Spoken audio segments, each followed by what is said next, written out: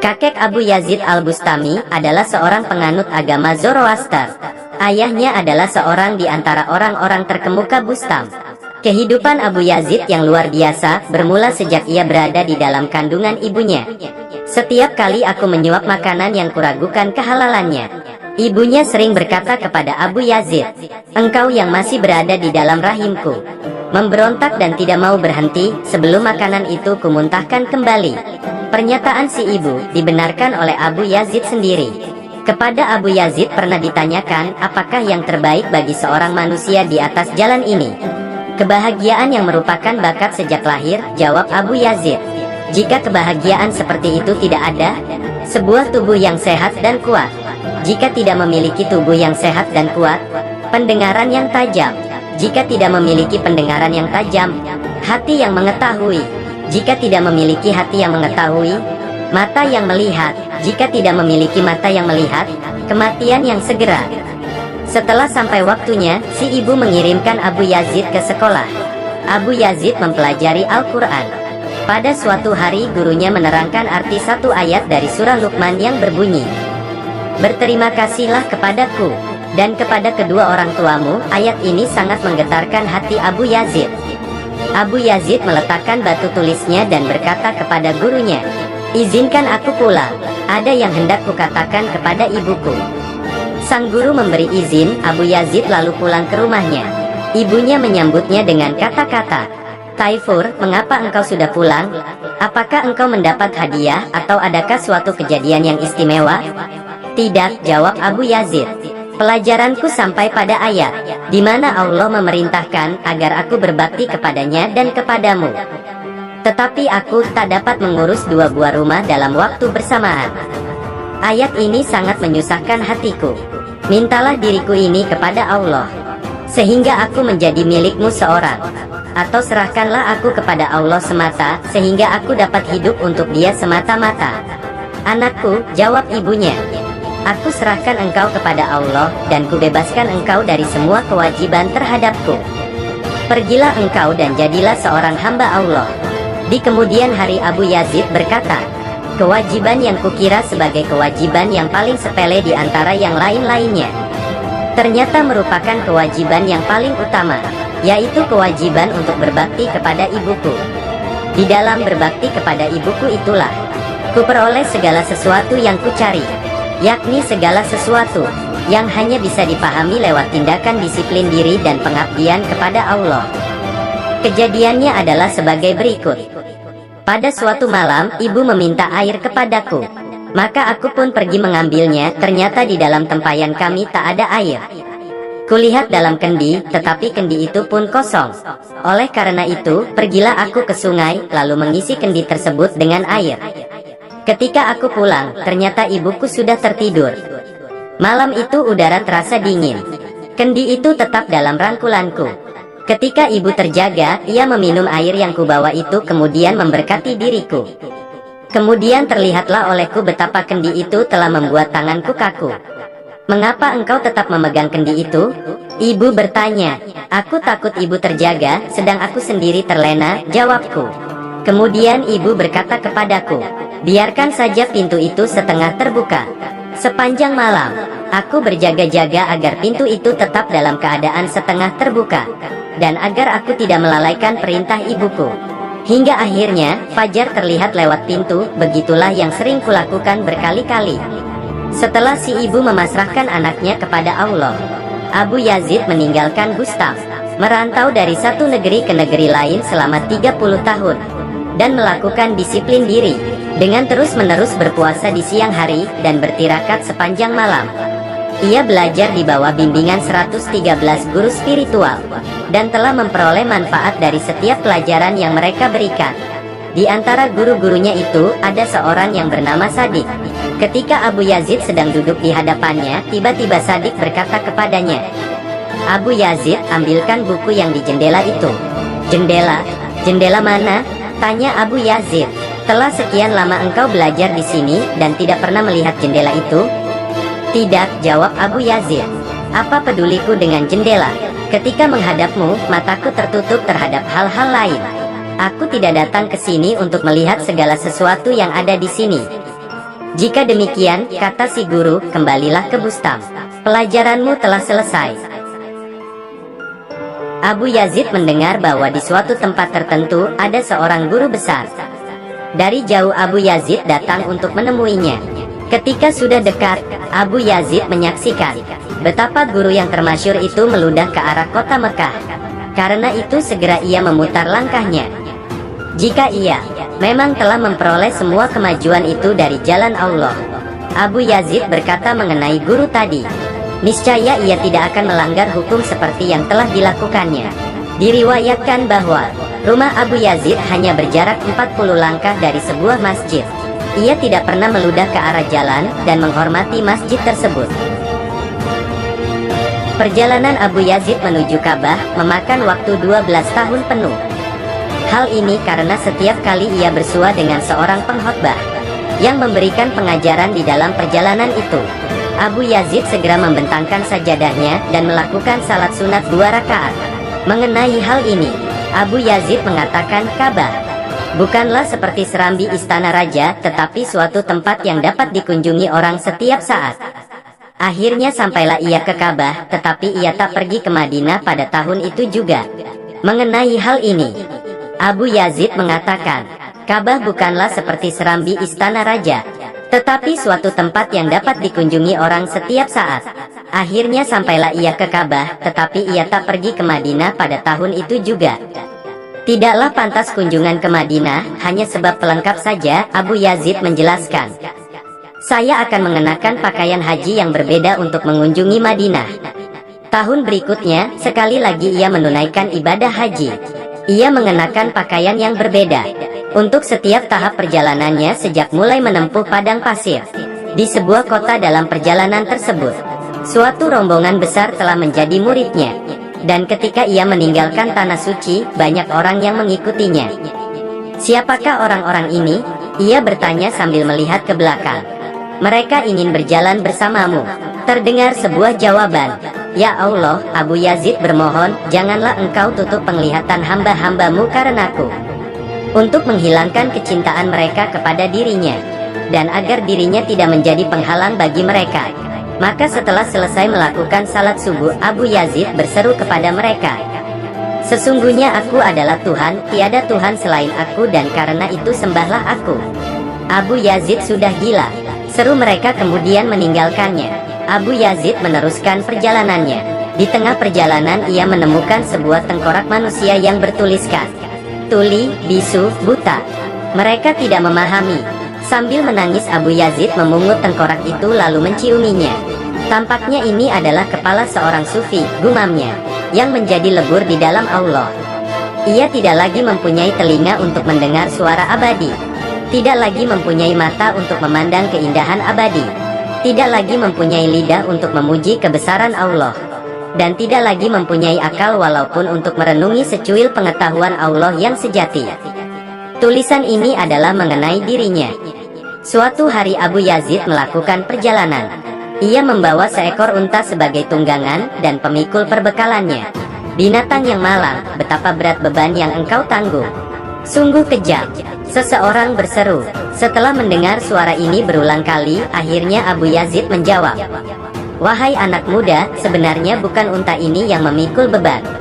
Kemudian si pemuda meneliti apakah beban itu benar-benar berada di atas punggung unta tersebut. Barulah ia percaya, setelah melihat beban itu mengambang 1 jengkal di atas punggung unta, dan binatang itu sedikit pun tidak memikul beban tersebut. Maha besar Allah, benar-benar menakjubkan, seru si pemuda. Jika kusembunyikan kenyataan-kenyataan yang sebenarnya mengenai diriku, engkau akan melontarkan celaan kepadaku, kata Abu Yazid kepadanya. Tetapi jika kujelaskan kenyataan-kenyataan itu kepadamu, engkau tidak dapat memahaminya. Lalu bagaimana seharusnya sikapku kepadamu? Setelah Abu Yazid mengunjungi kota Madinah, datang sebuah perintah yang menyuruhnya pulang untuk merawat ibunya. Ditemani serombongan orang, ia pun berangkat menuju Bustam. Berita kedatangan Abu Yazid tersebar di kota Bustam, dan para penduduk kota datang untuk menyongsongnya.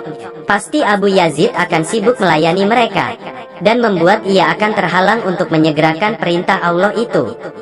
Oleh karena itu, Ketika penduduk kota telah hampir sampai, dari lengan bajunya ia mengeluarkan sepotong roti. Sedang saat itu adalah bulan Ramadan, tetapi dengan tenang Abu Yazid memakan roti tersebut. Begitu penduduk Bustam menyaksikan perbuatan Abu Yazid, mereka lalu berpaling darinya. "Tidakkah kalian saksikan," kata Abu Yazid kepada sahabat-sahabatnya, "betapa aku mematuhi sebuah perintah dari hukum suci, tapi semua orang berpaling dariku." Dengan sabar Abu Yazid menunggu sampai malam tiba. Tengah malam barulah ia memasuki kota Bustam. Ketika sampai di depan rumah ibunya, untuk beberapa lama ia berdiri mendengarkan ibunya yang sedang bersuci lalu salat. "Ya Allah, peliharalah dia yang terbuang." Terdengar doa ibunya. "Cenderungkanlah hati para syekh kepada dirinya, dan berikanlah petunjuk kepadanya untuk melakukan hal-hal yang baik." Mendengar doa ibunya itu Abu Yazid menangis. Kemudian ia mengetuk pintu. "Siapakah itu?" tanya ibunya dari dalam. "Anakmu yang terbuang," sahut Abu Yazid. Dengan menangis, si ibu membukakan pintu.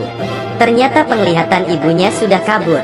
"Taifur," si ibu berkata kepada puteranya, "tahukah engkau mengapa mataku menjadi kabur seperti ini? Karena aku telah sedemikian banyaknya meneteskan air mata sejak berpisah denganmu.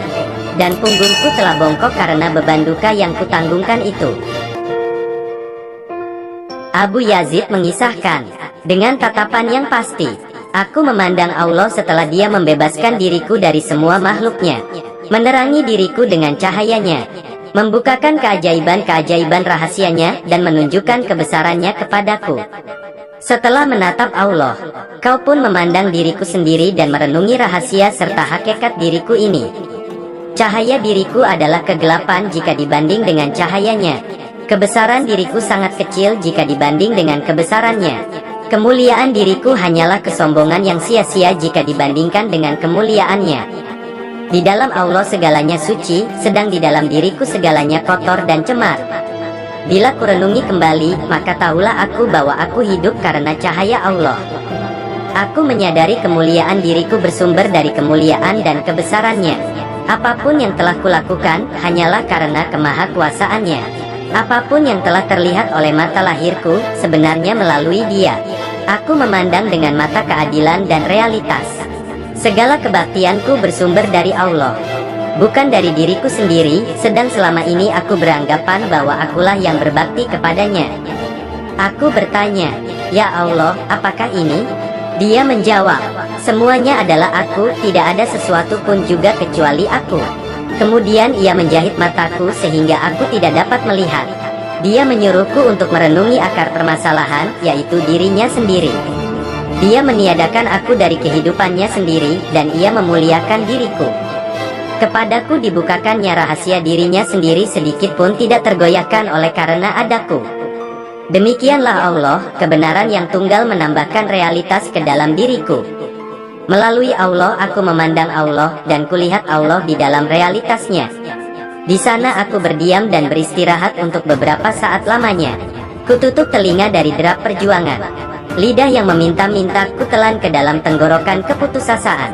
Kucampakkan pengetahuan yang telah kutuntut, dan kubungkamkan kata hati yang menggoda kepada perbuatan-perbuatan aniaya. Di sana aku berdiam dengan tenang. Dengan karunia Allah, aku membuang kemewahan-kemewahan dari jalan yang menuju prinsip-prinsip dasar. Allah menaruh belas kasihan kepadaku.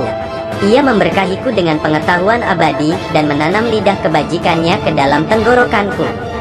Untukku diciptakannya sebuah mata dari cahayanya, semua makhluk kulihat melalui Dia. Dengan lidah kebajikan itu, aku berkata-kata kepada Allah, dengan pengetahuan Allah ku peroleh sebuah pengetahuan. Dan dengan cahaya Allah aku menatap kepadanya. Allah berkata kepadaku, "Wahai engkau yang tak memiliki sesuatu pun jua namun telah memperoleh segalanya, yang tak memiliki perbekalan namun telah mempunyai kekayaan." Ya Allah, jawabku, jangan biarkan diriku terperdaya oleh semua itu. Jangan biarkan aku puas dengan diriku sendiri tanpa mendambakan dirimu. Adalah lebih baik jika engkau menjadi milikku tanpa aku, daripada aku menjadi milikku sendiri tanpa engkau. Lebih baik jika aku berkata-kata kepadamu melalui engkau, daripada aku berkata-kata kepada diriku sendiri tanpa engkau. Allah berkata, Oleh karena itu, perhatikanlah hukumku dan janganlah engkau melanggar perintah serta laranganku, agar kami berterima kasih akan segala jerih payahmu. Aku telah membuktikan imanku kepadamu, dan aku benar-benar yakin bahwa sesungguhnya engkau lebih pantas untuk berterima kasih kepada dirimu sendiri daripada kepada hambamu. Bahkan seandainya engkau mengutuk diriku ini, engkau bebas dari segala perbuatan aniaya. Dari siapakah engkau belajar? Tanya Allah. Ia yang bertanya lebih tahu dari ia yang ditanya, jawabku. Karena ia adalah yang dihasratkan dan yang menghasratkan, yang dijawab dan yang menjawab. Setelah ia menyaksikan kesucian hatiku yang terdalam, aku mendengar seruan puas dari Allah. Dia mencap diriku dengan cap kepuasannya. Dia menerangi diriku, menyelamatkanku dari kegelapan hawa nafsu dan kecemaran jasmani. Aku tahu bahwa melalui dialah aku hidup, dan karena kelimpahannya lah aku bisa menghamparkan permadani kebahagiaan di dalam hatiku. Mintalah kepadaku segala sesuatu yang engkau kehendaki, kata Allah. Engkaulah yang kuinginkan, jawabku, karena engkau lebih dari kelimpahan, lebih dari kemurahan, dan melalui engkau telah kudapatkan kepuasan di dalam engkau. Karena engkau adalah milikku, telah kugulung catatan-catatan kelimpahan dan kemurahan. Jangan engkau jauhkan aku dari dirimu, dan janganlah engkau berikan kepadaku sesuatu yang lebih rendah daripada engkau. Beberapa lama dia tak menjawab. Kemudian sambil meletakkan mahkota kemurahan hati ke atas kepalaku, berkatalah dia, kebenaranlah yang engkau ucapkan dan realitas yang engkau cari. Karena itu engkau menyaksikan dan mendengarkan kebenaran. Jika aku telah melihat, kataku pula, melalui engkaulah aku melihat, dan jika aku telah mendengar, melalui engkaulah aku mendengar. Setelah engkau, barulah aku mendengar. Kemudian kuucapkan berbagai pujian kepadanya. Karena itu ia hadiahkan kepadaku sayap keagungan, sehingga aku dapat melayang-layang memandangi alam kebesarannya, dan hal-hal menakjubkan dari ciptaannya. Karena mengetahui kelemahanku dan apa-apa yang kubutuhkan, maka ia menguatkan diriku dengan kekuatannya sendiri, dan mendandani diriku dengan perhiasan-perhiasannya sendiri. Ia menaruh mahkota kemurahan hati ke atas kepalaku, dan membuka pintu istana keleburan untukku. Setelah ia melihat betapa sifat-sifatku lebur ke dalam sifat-sifatnya, dihadiahkannya kepadaku dalam wujudnya sendiri. Maka terciptalah keleburan dan punahlah perpisahan. Kepuasan kami adalah kepuasanmu, katanya, dan kepuasanmu adalah kepuasan kami. Ucapan-ucapanmu tak mengandung kecemaran, dan tak seorang pun akan menghukummu karena keakuanmu. Kemudian dia menyuruhku untuk merasakan hujaman rasa cemburu. Dan setelah itu ia menghidupkan aku kembali. Dari dalam api pengujian itu, aku keluar dalam keadaan suci bersih. Kemudian dia bertanya, siapakah yang memiliki kerajaan ini? Engkau, jawabku. Siapakah yang memiliki kekuasaan? Engkau, jawabku. Siapakah yang memiliki kehendak? Engkau, jawabku.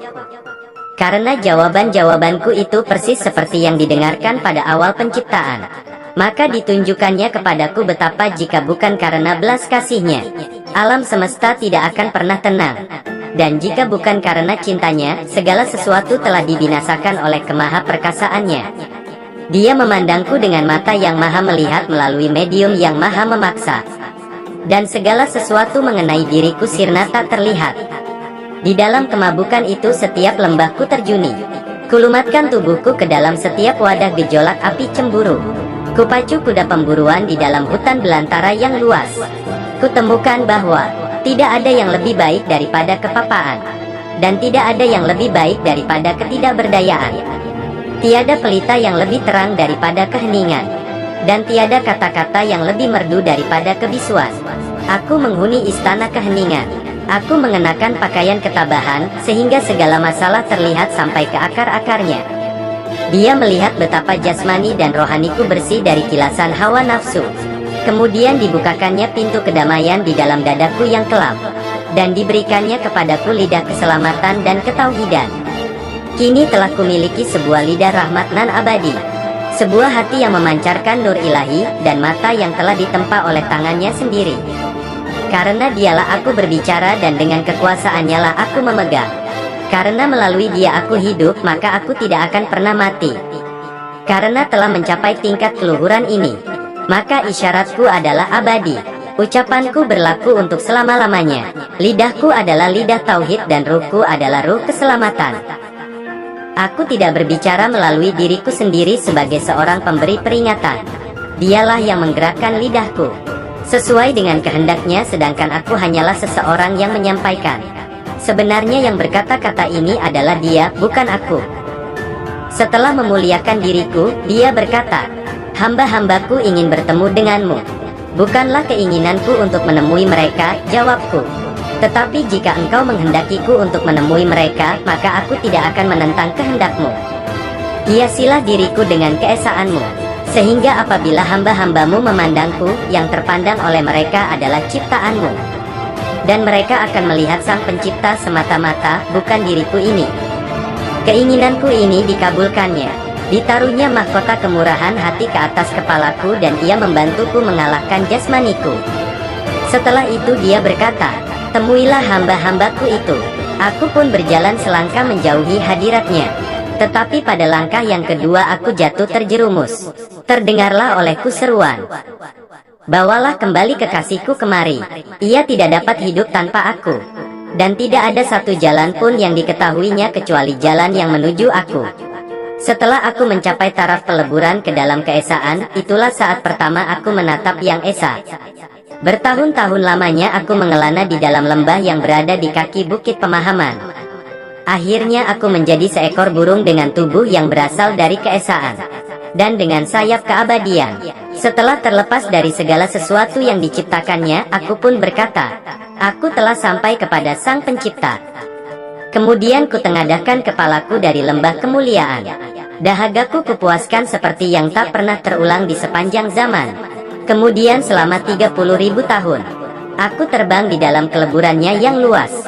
30.000 tahun di dalam kemuliaannya. Dan selama 30.000 tahun di dalam keesaannya. Setelah berakhir masa 90.000 tahun, terlihatlah olehku Abu Yazid, dan segala yang terpandang olehku adalah aku sendiri. Kemudian aku jelajahi 4.000 padang belantara. Ketika sampai ke akhir penjelajahan itu, terlihatlah olehku bahwa aku masih berada pada tahap awal kenabian. Maka kulanjutkan pula pengembaraan yang tak berkesudahan itu untuk beberapa lama. Aku katakan, tidak ada seorang manusia pun yang pernah mencapai kemuliaan yang lebih tinggi daripada yang telah kucapai ini. Tidak mungkin ada tingkatan yang lebih tinggi daripada ini. Tetapi ketika kutajamkan pandangan, ternyata kepalaku masih berada di tapak kaki seorang nabi. Maka sadarlah aku bahwa tingkat terakhir yang dapat dicapai oleh manusia-manusia suci hanyalah sebagai tingkatan awal dari kenabian. Mengenai tingkat terakhir dari kenabian tidak dapat kubayangkan. Kemudian ruhku menembus segala penjuru di dalam kerajaan Allah. Surga dan neraka ditunjukkan kepada ruhku itu, tetapi ia tidak peduli. Apakah yang dapat menghadang dan membuatnya peduli? Semua sukma yang bukan nabi yang ditemuinya tidak diperdulikannya. Ketika ruhku mencapai sukma manusia kesayangan Allah Nabi Muhammad, terlihatlah olehku 100.000 lautan api yang tiada bertepi dan 1.000 tirai cahaya. Seandainya kucercahkan kaki ke dalam yang pertama di antara lautan-lautan api itu, niscaya aku hangus binasa. Aku sedemikian gentar dan bingung sehingga aku jadi sirna. Tetapi betapapun besar keinginanku, aku tidak berani memandang tiang perkemahan Muhammad Rasulullah. Walaupun aku telah berjumpa dengan Allah, tetapi aku tidak berani berjumpa dengan Muhammad. Kemudian Abu Yazid berkata, "Ya Allah, segala sesuatu yang telah terlihat olehku adalah aku sendiri. Bagiku tiada jalan yang menuju kepadamu selama aku ini masih ada. Aku tidak dapat menembus keakuan ini. Apakah yang harus kulakukan?" Maka terdengarlah perintah untuk melepaskan keakuan itu. "Ikutilah kekasih kami, Muhammad si orang Arab. Usaplah matamu dengan debu kakinya dan ikutilah jejaknya." Yahya bin Mu'az menulis surat kepada Abu Yazid, "Apakah katamu mengenai seseorang yang telah mereguk secawan Arab dan menjadi mabuk tiada henti-hentinya?" "Aku tidak tahu," jawab Abu Yazid. "Yang ku ketahui hanyalah bahwa di sini ada seseorang yang sehari semalam telah mereguk isi samudera luas yang tiada bertepi, namun masih merasa haus dan dahaga." Yahya bin Mu'az menyurati lagi, Ada sebuah rahasia yang hendak kukatakan kepadamu. Tetapi tempat pertemuan kita adalah di dalam surga. Di sana, di bawah naungan pohon tuba, akan kukatakan rahasia itu kepadamu."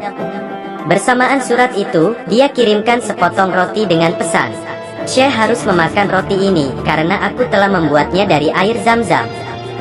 Di dalam jawabannya, Abu Yazid berkata mengenai rahasia yang hendak disampaikan Yahya bin Mu'az itu. "Mengenai tempat pertemuan yang engkau katakan, dengan hanya mengingatnya, pada saat ini juga aku dapat menikmati surga dan pohon tuba. Tetapi roti yang engkau kirimkan itu tidak dapat kunikmati. Engkau memang mengatakan air apa yang telah engkau pergunakan, tetapi engkau tidak mengatakan bibit gandum apa yang telah engkau taburkan." Maka Yahya bin Mu'az ingin sekali mengunjungi Abu Yazid. Ia datang pada waktu salat Isya. Yahya bin Mu'az berkisah sebagai berikut, "Aku tidak mau mengganggu Syekh Abu Yazid, tetapi aku pun tidak dapat bersabar hingga pagi. Maka pergilah aku ke suatu tempat di padang pasir, di mana aku dapat menemuinya pada saat itu, seperti yang dikatakan orang-orang kepadaku. Sesampainya di tempat itu, terlihat olehku Abu Yazid sedang salat Isya. Kemudian ia berdiri di atas jari-jari kakinya sampai keesokan harinya. Aku tegak terpana menyaksikan hal ini. Sepanjang malam ku dengar Abu Yazid berdoa. Ketika fajar tiba, ku dengar Abu Yazid berkata di dalam doanya, 'Aku berlindung kepadamu dari segala hasratku untuk menerima kehormatan-kehormatan ini.' Setelah sadar, Yahya mengucapkan salam kepada Abu Yazid dan bertanya apakah yang telah dialaminya pada malam tadi. Abu Yazid menjawab, 'Lebih dari 20 kehormatan telah ditawarkan kepadaku, tetapi tak satu pun yang kuinginkan, karena semuanya adalah kehormatan-kehormatan yang membutakan mata.' Guru, mengapakah engkau tidak meminta pengetahuan mistik? Karena bukankah dia raja di antara sekalian raja dan pernah berkata, 'Mintalah kepadaku segala sesuatu yang engkau kehendaki?' Yahya bertanya. 'Diamlah,' sela Abu Yazid. 'Aku cemburu kepada diriku sendiri yang telah mengenalnya, karena aku ingin tiada sesuatu pun kecuali dia yang mengenal dirinya. Mengenai pengetahuannya apakah peduliku? Sesungguhnya seperti itulah kehendaknya. Yahya, hanya dia dan bukan siapa-siapa yang akan mengenal dirinya. Demi keagungan Allah, Yahya bermohon, berikanlah kepadaku sebagian dari karunia-karunia yang telah ditawarkan kepadamu malam tadi. Seandainya engkau memperoleh kemuliaan Adam, kesucian Jibril, kelapangan hati Ibrahim, kedambaan Musa kepada Allah, kekudusan Isa, dan kecintaan Muhammad, niscaya engkau masih merasa belum puas. Engkau akan mengharapkan hal-hal lain yang melampaui segala sesuatu," jawab Abu Yazid. "Tetaplah merenung yang maha tinggi dan jangan rendahkan pandanganmu. Karena apabila engkau merendahkan pandanganmu kepada sesuatu hal, maka hal itu yang akan membutakan matamu." Ada seorang pertapa di antara tokoh-tokoh suci terkenal di Bustam. Ia mempunyai banyak pengikut dan pengagum, tetapi ia sendiri senantiasa mengikuti pelajaran-pelajaran yang diberikan oleh Abu Yazid. Dengan tekun, ia mendengarkan ceramah-ceramah Abu Yazid dan duduk bersama sahabat-sahabat beliau. Pada suatu hari berkatalah ia kepada Abu Yazid, "Pada hari ini, genaplah 30 tahun lamanya aku berpuasa dan memanjatkan doa sepanjang malam, sehingga aku tidak pernah tidur. Namun pengetahuan yang engkau sampaikan ini belum pernah menyentuh hatiku.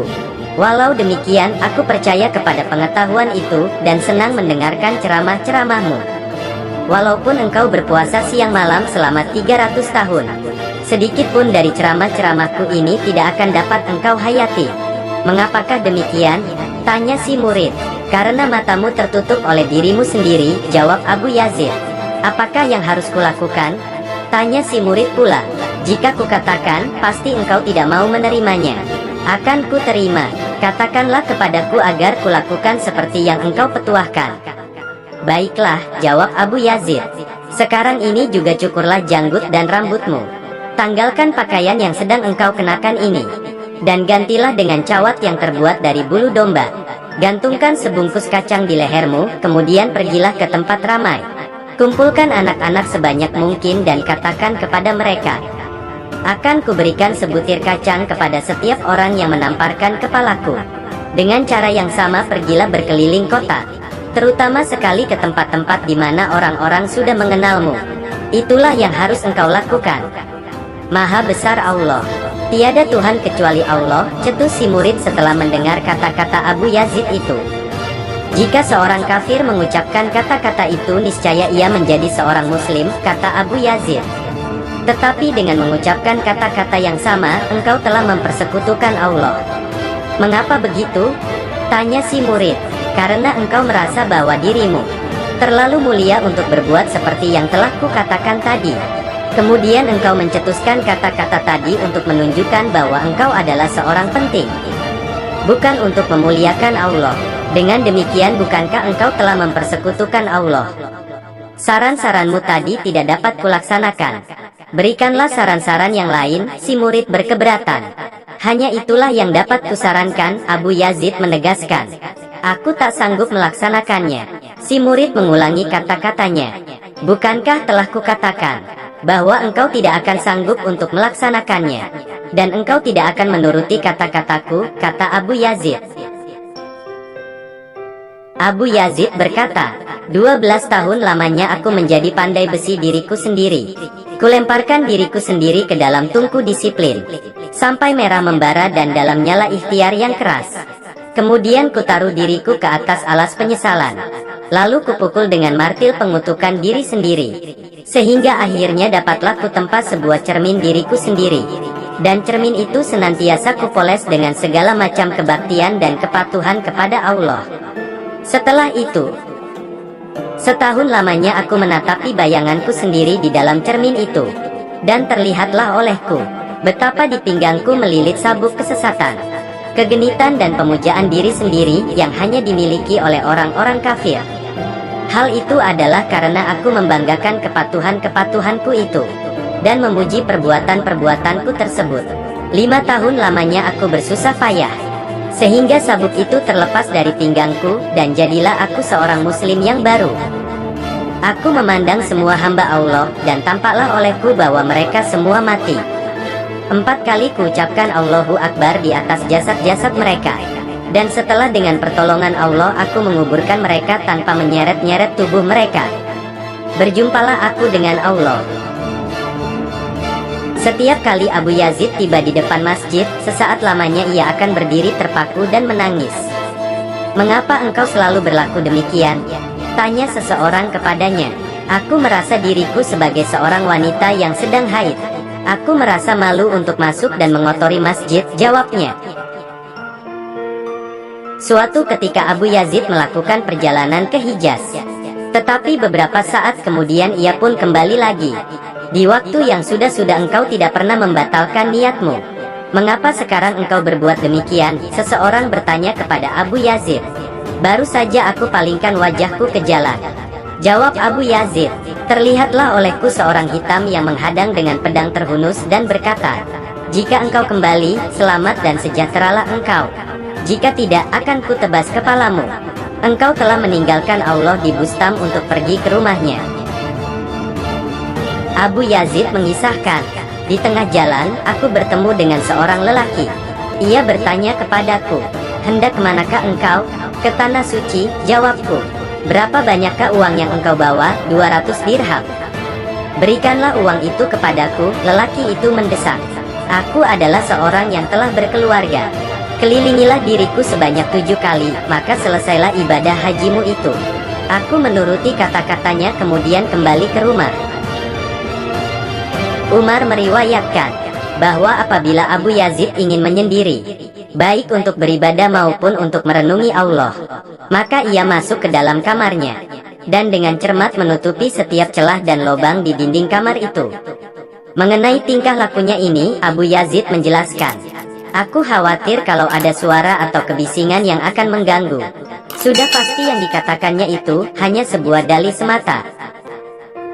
Isa al-Bustami meriwayatkan, selama 13 tahun bergaul dengan Syekh Abu Yazid, tak pernah terdengar olehku ia mengucapkan sepatah kata pun. Demikianlah kebiasaannya, senantiasa menekurkan kepala ke atas kedua lututnya, kadang menengadahkan, mengeluh dan kembali ke dalam perenungannya. Mengenai hal ini Sah lagi mengomentari, Memang demikianlah tingkah laku Abu Yazid apabila berada dalam keadaan gundah, tetapi apabila berada dalam keadaan lapang, setiap orang akan mendapatkan manfaat dari ceramah-ceramahnya. Pada suatu ketika, Sahlagi bercerita, ketika Abu Yazid sedang berkholwat, terdengarlah ia mengucapkan kata-kata, "Maha besar aku, betapa mulia diriku ini."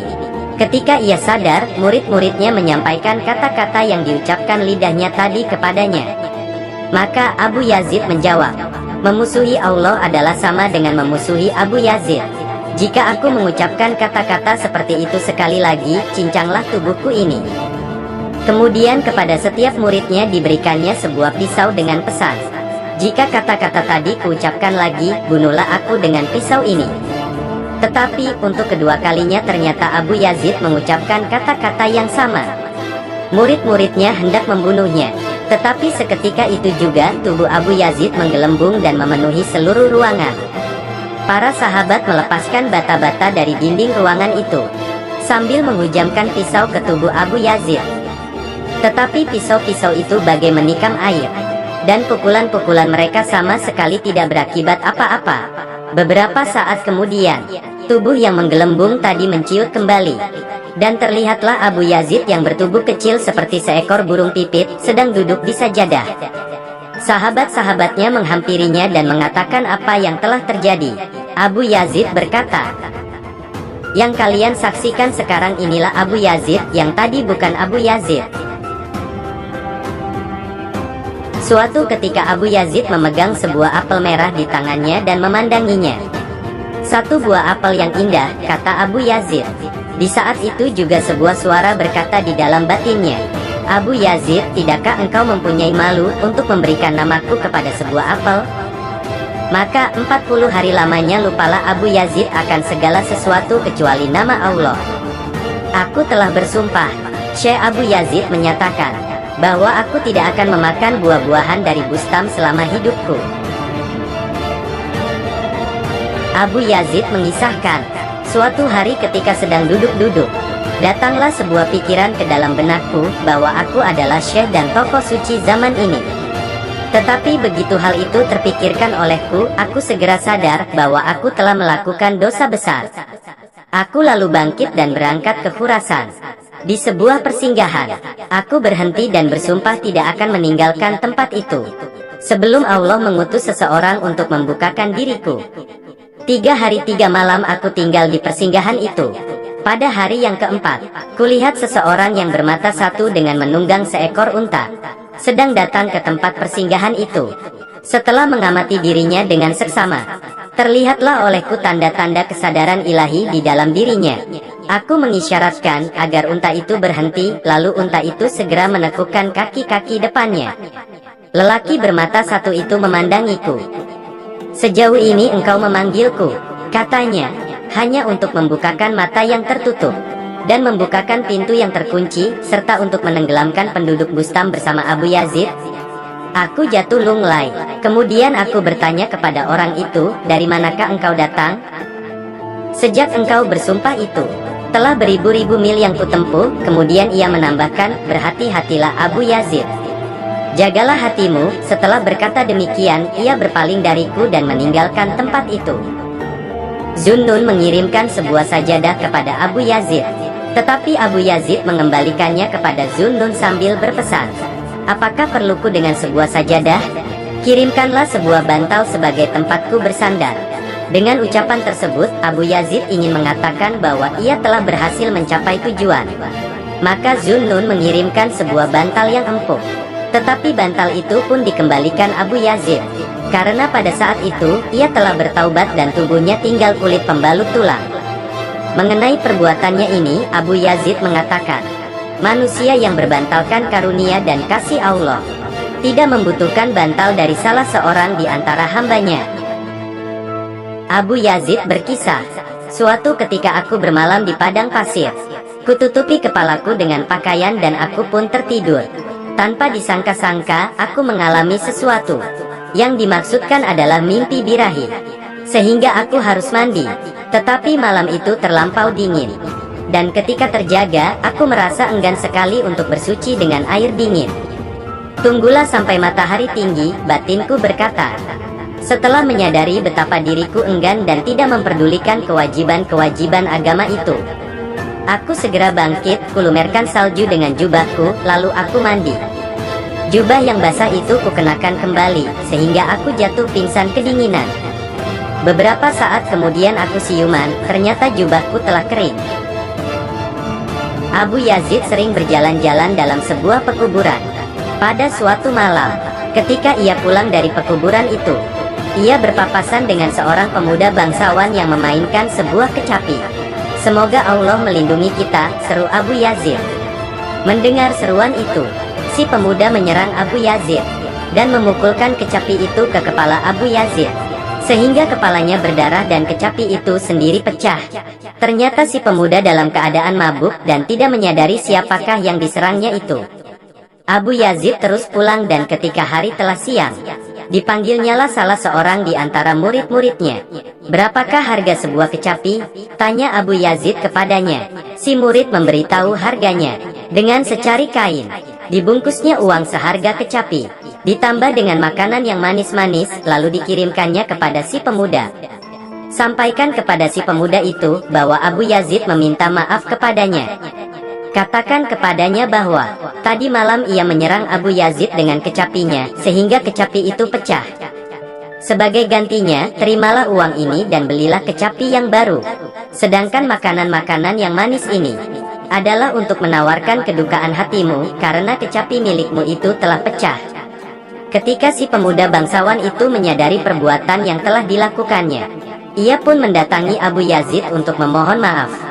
Ia bertaubat, begitu pula banyak pemuda-pemuda lain yang menyertainya. Suatu hari, Abu Yazid berjalan-jalan dengan beberapa orang muridnya. Jalan yang sedang mereka lalui sempit dan dari arah yang berlawanan datanglah seekor anjing. Abu Yazid menyingkir ke pinggir untuk memberi jalan kepada binatang itu.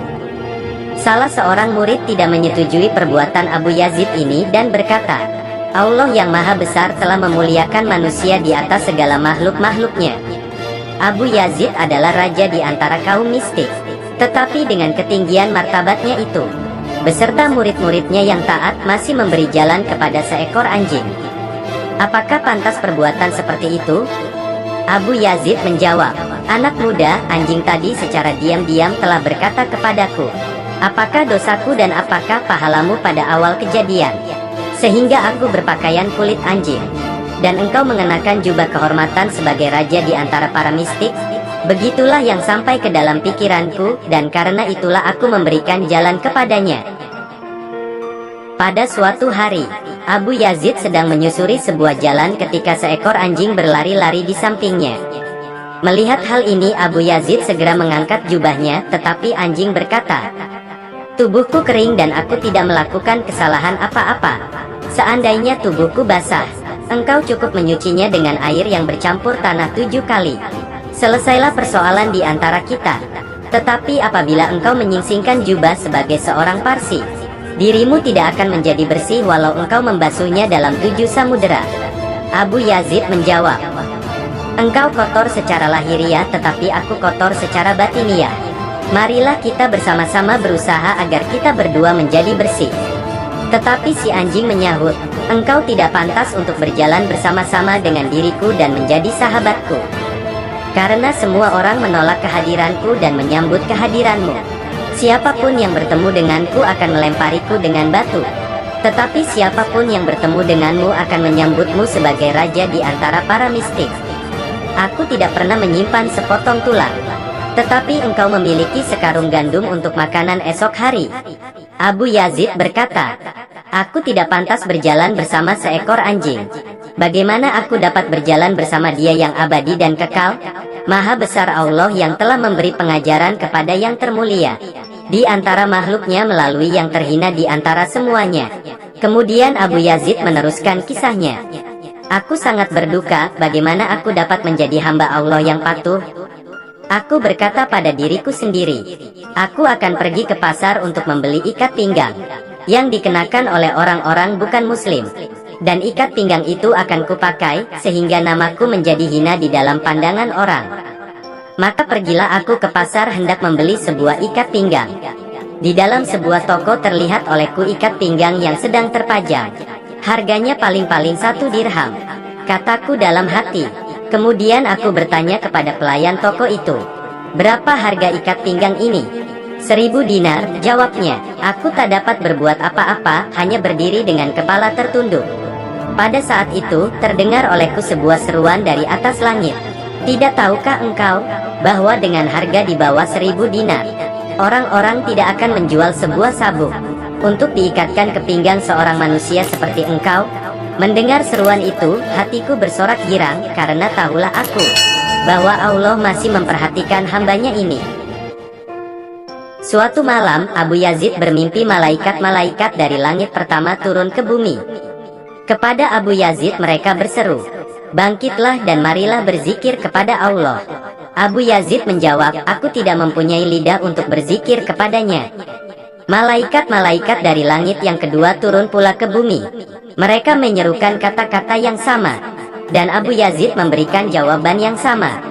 Begitulah seterusnya, hingga malaikat-malaikat dari langit yang ketujuh turun. Namun kepada mereka ini pun Abu Yazid memberikan jawaban yang itu-itu juga. Maka malaikat-malaikat itu bertanya kepada Abu Yazid, kapankah engkau akan memiliki lidah untuk berzikir kepada Allah?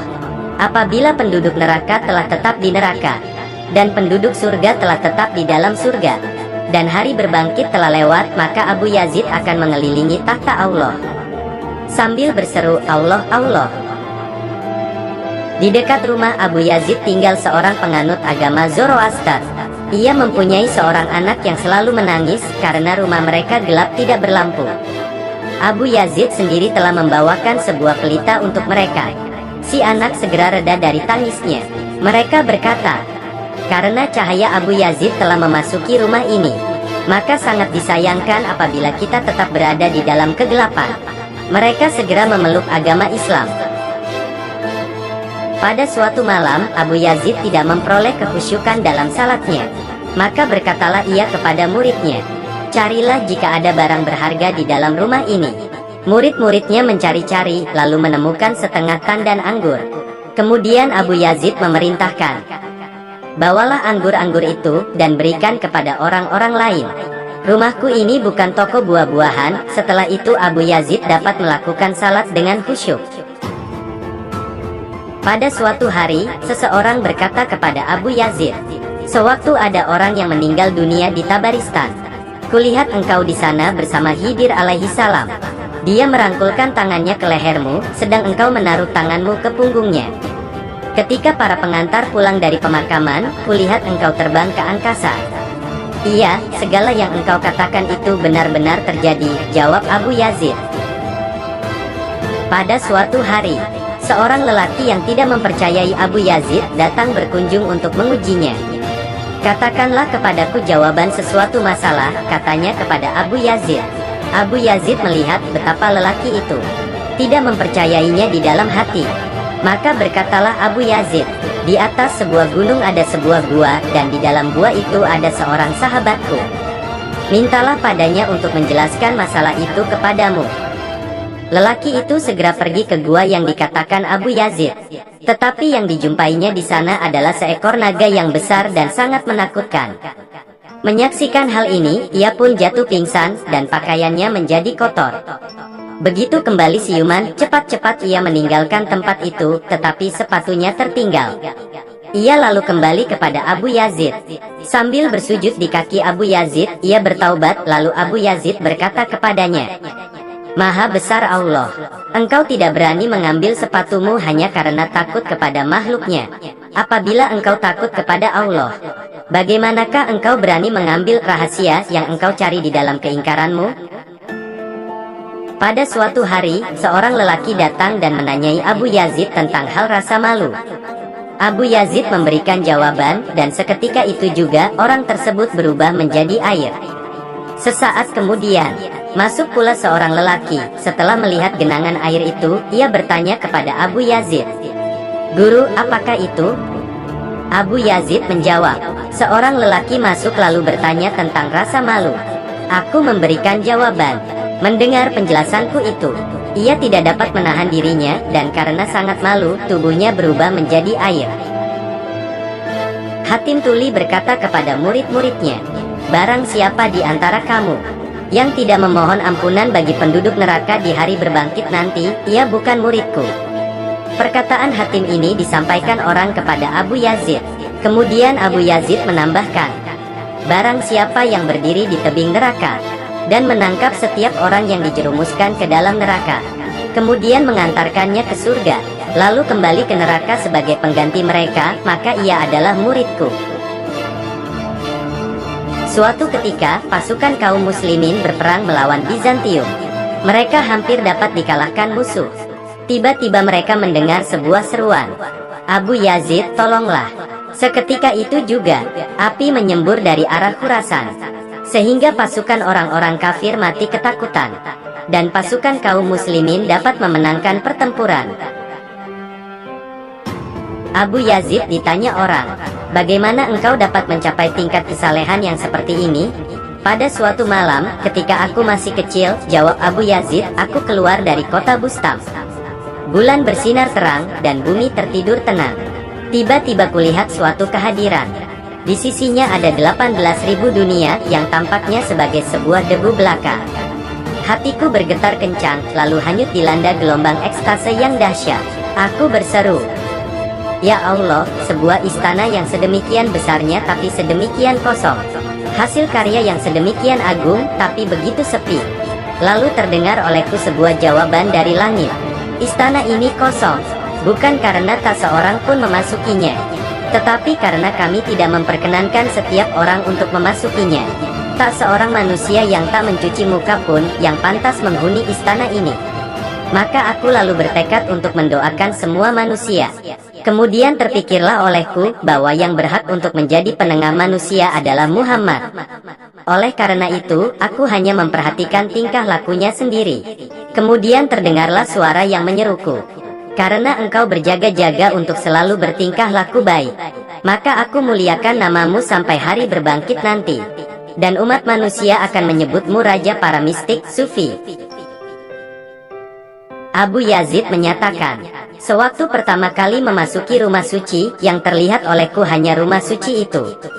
Ketika untuk kedua kalinya memasuki rumah suci itu, yang terlihat olehku adalah pemilik rumah suci. Tetapi ketika untuk yang ketiga kalinya memasuki rumah suci, baik si pemilik maupun rumah suci itu sendiri tidak terlihat olehku." Yang dimaksudkan Abu Yazid adalah, "Aku hilang di dalam Allah, sehingga tak sesuatu pun yang terlihat olehku tentulah Allah." Pada suatu malam seorang lelaki datang ke rumah Abu Yazid dan memanggilnya. "Siapakah yang engkau cari?" tanya Abu Yazid. "Abu Yazid," jawab lelaki itu, "orang Malang. Aku sendiri telah mencari Abu Yazid selama 30 tahun. Tetapi tiada jejak atau tanda-tanda mengenai dirinya yang dapat kutemui," sahut Abu Yazid. Ketika pernyataan Abu Yazid itu disampaikan kepada Zunnun, ia berkata, "Ya Allah, limpahkanlah kasih-Mu kepada saudaraku Abu Yazid. Ia telah hilang beserta orang-orang yang telah hilang di dalam Allah." Sedemikian sempurna kekhusyukan Abu Yazid berbakti kepada Allah, sehingga setiap hari apabila ditegur oleh muridnya, yang senantiasa menyertainya selama 20 tahun, ia akan bertanya, "Anakku, siapakah namamu?" Suatu hari si murid berkata kepada Abu Yazid, "Guru, engkau mengolok-olokku. Telah 20 tahun aku mengabdi kepadamu, tetapi setiap hari engkau menanyakan namaku." "Anakku," Abu Yazid menjawab, "aku tidak mengolok-olokmu. Tetapi namanya telah memenuhi hatiku dan telah menyisihkan nama-nama yang lain. Setiap kali aku mendengar sebuah nama yang lain, segeralah nama itu terlupakan olehku." Abu Yazid berkata, "Allah yang Maha Besar telah berkenan menerimaku di dalam 2000 tingkatan. Di dalam setiap tingkatan itu Dia menawarkan sebuah kerajaan kepadaku, tetapi kutolak. Allah berkata kepadaku, 'Abu Yazid, apakah yang engkau inginkan?' Aku menjawab, 'Aku ingin tidak menginginkan.' 'Engkau dapat berjalan di atas air.' Orang-orang berkata kepada Abu Yazid, 'Sepotong kayu pun dapat melakukan hal itu,' jawab Abu Yazid. 'Engkau dapat terbang di angkasa. Seekor burung pun dapat melakukan itu. Engkau dapat pergi ke Ka'bah dalam satu malam. Setiap orang sakti dapat melakukan perjalanan dari India ke Demavan dalam satu malam. Jika demikian, apakah yang harus dilakukan oleh manusia-manusia sejati? Mereka bertanya kepada Abu Yazid. Abu Yazid menjawab, seorang manusia sejati tidak akan menautkan hatinya kepada siapapun, kecuali kepada Allah.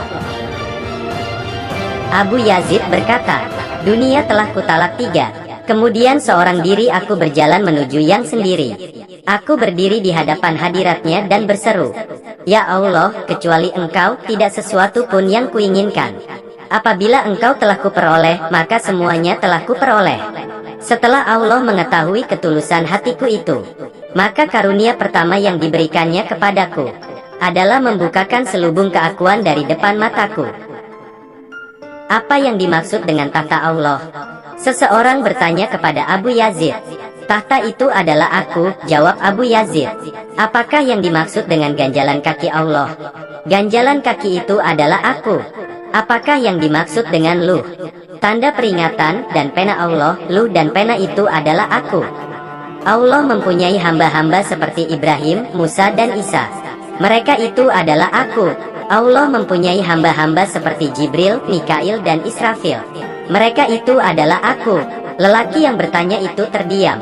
Kemudian Abu Yazid berkata, barang siapa yang telah lebur di dalam Allah dan telah mengetahui realitas mengenai segala sesuatu yang ada, maka segala sesuatu baginya adalah Allah. Diriwayatkan bahwa Abu Yazid telah 70 kali diterima Allah ke hadiratnya. Setiap kali kembali dari perjumpaan dengan Allah itu, Abu Yazid mengenakan sebuah ikat pinggang yang lantas diputuskannya pula.